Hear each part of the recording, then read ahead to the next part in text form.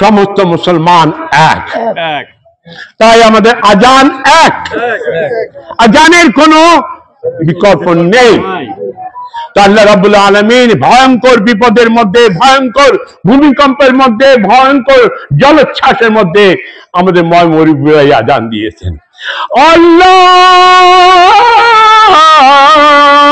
আকবার, আল্লাহু আকবার, আল্লাহু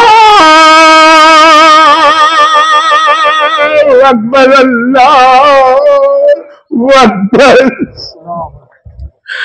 আশহাদু আল্লা ইলাহা ইল্লাল্লাহ, আশহাদু আল্লা ইলাহা ইল্লাল্লাহ, আশহাদু আন্না মুহাম্মাদুর রাসূলুল্লাহ, আশহাদু আন্না মুহাম্মাদুর রাসূলুল্লাহ।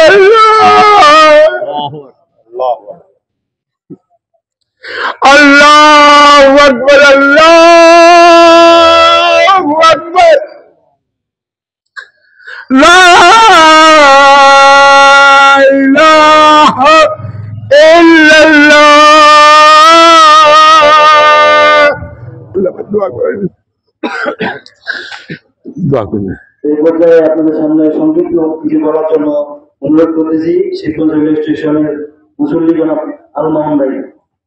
আলহামদুলিল্লাহ ইয়া রাব্বুল আলামিন,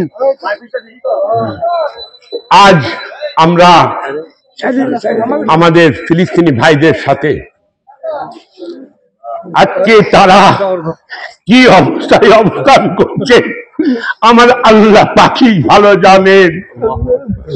তো আল্লাহ রাব্বুল আলামিন আমার নবী করিম সরওয়ার কায়নাত মুহাম্মদ মুস্তাফা সাল্লাল্লাহু আলাইহি ওয়াসাল্লাম, উনি আমাদেরকে চারটি আজান, একটি আজান ওয়াক্তের আজান, একটি আজান একামাতের, একটি আজান সুবহ সাদেকে, আসসালাতু খায়রুম মিনান নাওম, আসসালাতু খায়রুম মিনান নাওম। আর একটি আজান আছে মহাবিপদের সময়, মহাবিপদের সময় একমাত্র আল্লাহকে ডাকার জন্য, একমাত্র আল্লাহকে ডাকার জন্য সমস্ত মুসলিম, সমস্ত মুসলমানের পক্ষ থেকে না, আমরা সকলের মুসলমানের একজন। সেই আজান ওই আজান, যে আজান আল্লাহর দরবারে সেই বিপদের একমাত্র সেই কিছুদিন আগে বদরের যুদ্ধ 313 জন সৈন্য নিয়ে আমার আল্লাহ রাব্বুল আলামিন ফেরেশতা দিয়ে সেই যুদ্ধে জয়ী হয়েছিলেন। অবশ্যই অবশ্যই আমাদের এই আজান আমার আল্লাহর দরবারে যেন পৌঁছায়, আল্লাহ যেন গায়বী ভাবে মাদদ দিয়ে যেন আমাদেরকে এই গোটা মুসলিম জাহানকে এক বানো, নেক বানো। হুজুর আমি আজানটা দিই। এটা হলো বিপদের আপদের কোন জিনিস প্রতিষ্ঠানে আল্লাহর দরবারে পৌঁছাবার জন্য। এখানে আজানটা দেই, তারপর বলে নেব বিসমিল্লাহির রহমানির রহিম।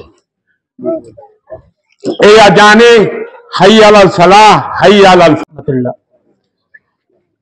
আমি আমার জন্মের পর থেকে, অর্থাৎ আমরা যদি জানি যে প্রায় 60-এর দশক থেকে আমরা শুনে আসতেছি ইসরায়েল নামক একটি ইহুদি রাষ্ট্র ফিলিস্তিনের মুসলমানদের উপরে তাদের ভূমিকে জবরদখল করে তারা নির্যাতন চালাচ্ছে।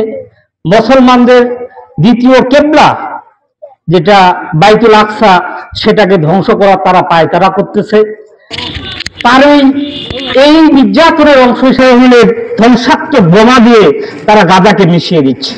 সেখানে আজকে শিশুরা অনেক অসহায়, বাড়িঘর চলে গেছে। সেখানকার যে অবস্থা আমরা সোশ্যাল মিডিয়ার মাধ্যমে দেখতেছি, সেটা বলার ভাষা নেই। আমাদের এখান থেকে প্রতিবাদ থেকে হয়তো কিছু হবে না, কিন্তু আমরা যে আমাদের মুসলিম ভাই বোনদের পক্ষে রয়েছি, আমরা তাদের জন্য আল্লাহর কাছে দোয়া করতেছি। আমরা হয়তো কালকে আমাদের মাঠে এটা আল্লাহর কাছে বলতে পারবো যে আল্লাহ, আমাদের দূরত্ব থেকে আমরা তো দূর পেরেছি, আমরা এর জন্য কাজ করেছি। সেই সাথে আমি আজকে বিশ্বের যে সমস্ত মুসলিম শাসক রয়েছে, বিশেষ করে সৌদি আরব, আরব আমিরাত, ওমান, জর্ডান, পাকিস্তান, বিশেষ করে মধ্যপ্রাচ্যের যে সমস্ত মুসলিম রাষ্ট্র আজকে নীরব ভূমিকা রয়েছে, বিশেষ করে এই সমস্ত মুসলিম রাষ্ট্রের শাসকরা মিশরের ক্ষমতাসীন এই প্রেসিডেন্ট সিসি ক্ষমতাকে আঁকড়ে ধরার জন্য পশ্চিমাদের সাথে আঘাত করে আজকে তারা চুপ করে বসে রয়েছে, তাদের প্রতি চরম ধিক্কার জানাচ্ছি।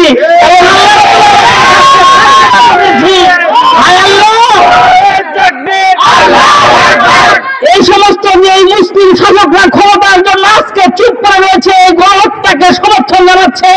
তাদেরকে আপনি অতি দ্রুত ক্ষমতা থেকে নামিয়ে দিয়ে গোটা মুসলিমকে এক হয়ে এই ইসরায়েল নামক জায়গা রাষ্ট্রটিকে বিশ্বের মানচিত্র থেকে যাতে মুছে দেওয়া যায়, এই তৌফিক যাতে আল্লাহ রাব্বুল আলামিন আমাদেরকে দেন, এই আশা রেখে আমি আমার কথা শেষ করছি। আসসালামু আলাইকুম।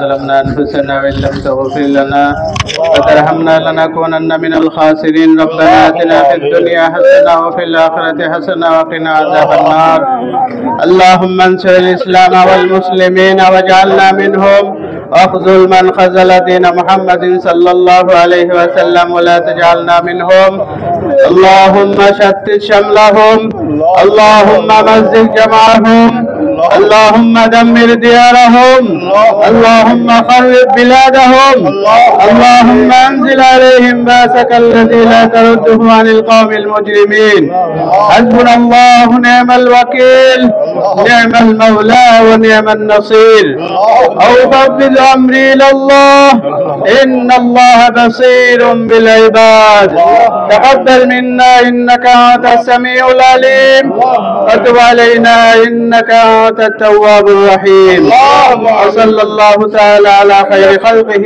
محمد وآله وأصحابه أجمعين آمين ارحمنا معهم برحمتك يا أرحم الراحمين السلام عليكم